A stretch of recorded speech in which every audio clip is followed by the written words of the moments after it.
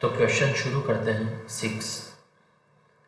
इस क्वेश्चन में क्या गिवन है कि टू पैरेलल लाइंस हैं, इस तरीके की टू पैरेलल लाइंस हैं और उन पर जो फोर्स है वो 5 Newton. The force is 5 Newton, equal amount of force but opposite in direction में। कुछ इस तरीके की सिचुएशन दी हुई है और इन दोनों लाइंस के बीच का जो फोर्स है, जो डिस्टेंस है वो है 2 मीटर।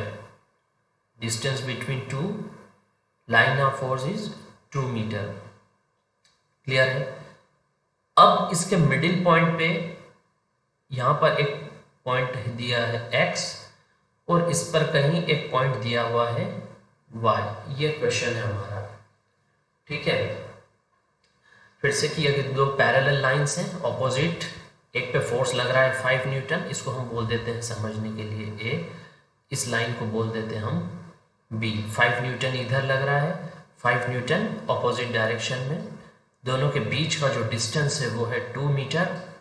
एक पॉइंट तो self located at line of action और दूसरा मिडिल पॉइंट पे। पहला क्वेश्चन जो हमको कैलकुलेट करने को बोला है वो ये है, कैलकुलेट करना है, calculate the total moment of force about x and y। Total moment of force, total moment of force first है अबाउट x एंड दूसरा क्वेश्चन पूछा है y। चलिए तो इसको सॉल्व करते हैं हम लोग। ठीक है, इंक चेंज कर लेते हैं। देखिए अब इस केस को हम देखते हैं, ये इसमें जो रोटेशन प्रोड्यूस होगा, बेसिकली मोमेंट क्या होता है, और सिंपल मोमेंट होता है या torque force into perpendicular distance. ये मैं ऑलरेडी पहले लेक्चर में भी बोल चुका हूँ, फोर्स इनटू परपेंडिकुलर डिस्टेंस। अभी देखिए ये जो x पॉइंट है ये उसने बोला है कहाँ पर है, मिडिल पॉइंट पे। मतलब इस फोर्स से, इस 5 न्यूटन से इसका जो डिस्टेंस होने वाला है वो होगा 1 मीटर और ये जो रिमेनिंग डिस्टेंस होगा ये भी होगा 1 मीटर, क्योंकि ये मिडिल पॉइंट पर है। और इनसे जो रोटेशन प्रोड्यूस होने वाला है, जो इफेक्ट प्रोड्यूस होने वाला है वो होगा क्लॉकवाइज। कैसे? ऐसे फोर्स इनटू परपेंडिकुलर डिस्टेंस और इसकी डायरेक्शन ऐसी है तो ये, और ये कौन सी डायरेक्शन होती है, क्लॉकवाइज डायरेक्शन। चलिए तो अभी टोटल पहले x के अबाउट देख लेते हैं। अबाउट x फोर्स कितना है मेरे पास 5 और परपेंडिकुलर डिस्टेंस 1, तो ये हो गया 5 newton metre clockwise, 5 newton metre clockwise. और दूसरा केस जो है यहाँ पे y के अबाउट भी देखते हैं, x के अबाउट, बट ये वाला कितना हो गया अगेन 5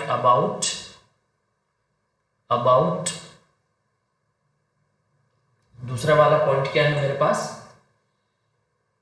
F2 फोर्स जो है दूसरे वाला फोर्स वो भी अबाउट x। ये हो गया 5 इंटू 1, 5 न्यूटन मीटर क्लॉकवाइज।